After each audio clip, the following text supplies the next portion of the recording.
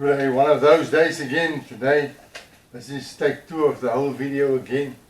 Some big problem with our microphone, just run into all the peaks. We don't know what's going on. So I'm trying it without the external microphone. Let us pray. Heavenly Father, we thank you for all that you've done. We thank you that we can come before you and ask, oh God, that you will bless us today. In the wonderful name of Jesus Christ of Nazareth. Amen. Now the title for today is When Obedience Brings Blessings. And we are still in awe since the Lord told us to go to the dam which were very dry and to thank Him in advance for rain. As you know, we are in a winter rainfall area, so we don't get rain in the summer. We are already at level 2 of water restrictions, and when we obeyed 3 Sundays ago and went to thank God in the dry dam, sun shining, sky blue, the very next day it started to rain lightly and sporadically. And yes, there were many naysayers as well, as people that said out loud that it will not rain, this is not the time or the season for it. Well, God showed them. At the time of making this video, there was already a rain of 170 millimeters in the mountainous catchment area, and the water level in the dam has increased significantly. While I'm busy typing this morning, the municipality sent a SMS saying that we are back from level 2 water restrictions to level 1. They are lowering it, and I thank God that we are now waiting for the SMS that says it is finished, no more restrictions. The gardens in town had proper rain, and the yellow grass has already started to turn green and greener daily. So we are rejoicing every day. But I want to take you to another story in the Bible now. Ezekiel 3 verse 17, Son of man, I have made thee a watchman unto the house of Israel. Therefore hear the word at my mouth, and give them warning from me. When I say unto the wicked, thou shalt surely die, and thou givest him not warning, nor speakest to warn the wicked from his wicked way, to save his life, the same wicked man shall die in his iniquity, but his blood will I require at thine hand. Yet, if thou warn the wicked, and he turn not from his wickedness, nor from his wicked way, he shall die in his iniquity, but thou hast delivered thy soul. Again, when a righteous man doth turn from his righteousness, and commit iniquity, and I lay a stumbling block before him, he shall die, because thou hast not given him warning. He shall die in his sin, and his righteousness which he hath done shall not be remembered, but his blood will I require at thine hand. Nevertheless, if thou warn the righteous man that the righteous sin not, and he doth not sin, he shall surely live, because he is warned. Also thou hast delivered thy soul. So this whole portion rests on one single thing: obedience to God. You don't warn because you like it.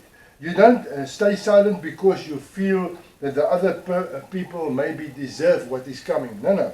It's all about obedience. God sent Jonah to warn the people in Nineveh, and when he tried to run away, it almost cost him his life. And it would have too, was it not for God's mercy.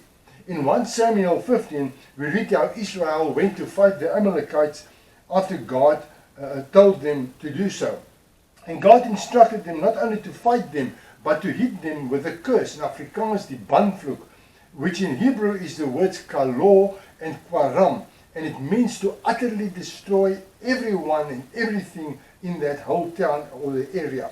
Yet the soldiers hid some of the good as spoils, even some of the animals, with the excuse to bring it as a sacrifice before God. When Samuel confronted them, saying, what is this bleating that I hear, this lowing of animals? They've got all the beautiful excuses, but that was not on, because it wasn't God's command. So 1 Samuel 15 verse 22, Samuel said, Has the Lord as great a delight in burnt offerings and sacrifices as in obeying the voice of the Lord? Behold, to obey is better than sacrifice, and to hearken than the fat of rams. What was the end? Out with what is wrong. Out with the curse. If the cursed things stay, the curse stays. It is the church's duty to hear from God and warn the people. The true believers are supposed to be the watchmen on the walls. You are not doing it for yourself or to be known as some wise sage. No, we are doing it in obedience to God's voice. The chances are big that you will be mocked by the world. They don't know what God has shown you in your spirit. Nevertheless, you need to obey. This is true for everything. Remember what Jesus said to the lame man after he has healed him. John 5:14.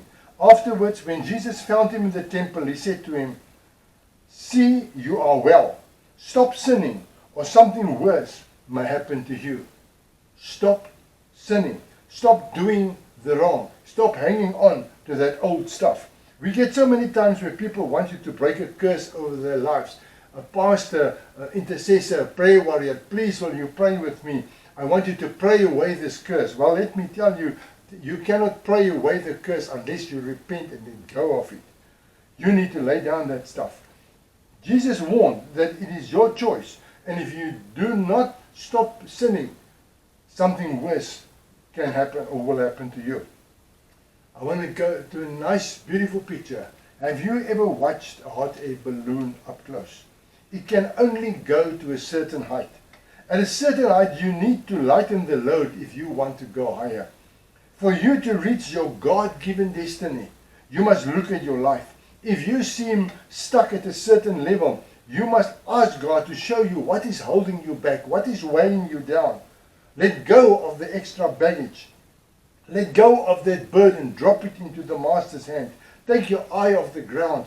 Look at God. Obey Him and only Him. And watch your spiritual altimeter climbs. God is still El Shaddai, the God of plenty, the all-sufficient one, God Almighty. More than enough. He's never became El Chipo or El Shaddai. I can't do, I can't see. No. He's still the God who makes a roadway in the wilderness. He's still the God who heals, who saves, who provides, and who baptizes with His Holy Spirit. Let us pray. Heavenly Father, we thank You that we can come before You. And we are saying, Lord, we need Your Spirit to guide us so that we can know what we need to do and be obedient to it. We honor You, we praise You, and we worship You. And we thank You with hearts overflowing with thanks. In Jesus' wonderful name. Amen.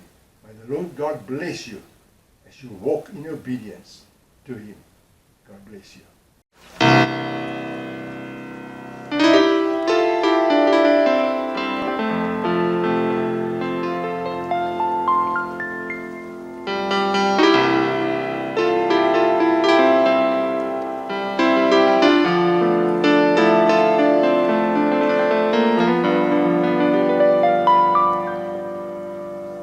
We were in the studio in Nashville the other day recording, and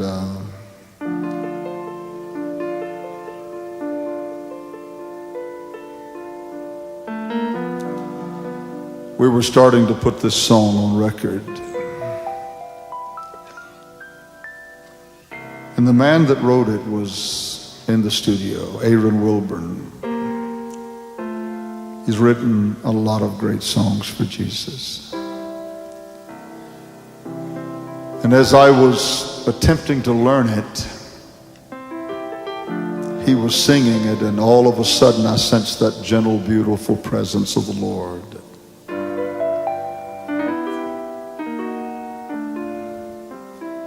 Started to flow.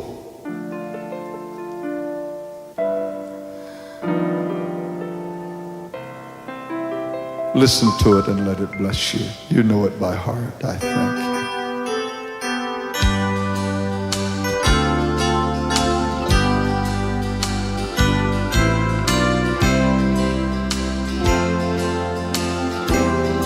It's beginning to rain. Hear the voice of my Father. He's saying, whosoever will come drink of this water. He's promised to pour Spirit on your sons and your daughters. thirsty and dry, look up to the sky. It's beginning to rain.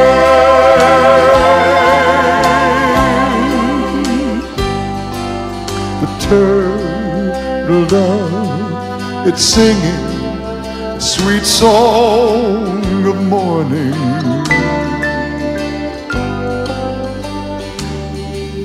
The leaves on the trees turn their silver cups to the sky.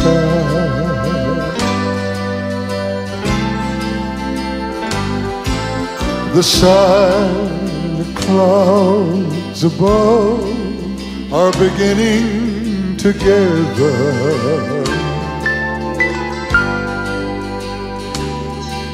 This barren land is thirsty, Lord. So am I. It's beginning to rain. Hear the voice of my Father. He's saying, whosoever, come drink of my water. Well, he's promised, pour his Spirit out on your sons and your daughters. If you're thirsty and dry, look up, it's beginning to rain.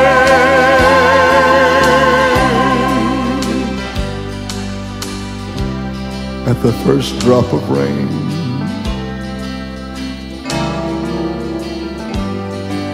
throw open the windows, call the children together, throw at the door. Yes, Lord, we will. When the rains of the Spirit are falling, fill every vessel. He who drinks his fill thirsts no more. It's beginning to rain. Hear the words of my Father. He's saying, whosoever will come drink of my water. He's promised to pour his Spirit out on your sons and your daughters. If you're thirsty and dry, look up to the sky. It's beginning to rain. If you're thirsty and dry, look up to the sky. If you're thirsty and dry, look up to the sky. If you're thirsty One more time. and dry, look up to the sky. It's beginning to rain.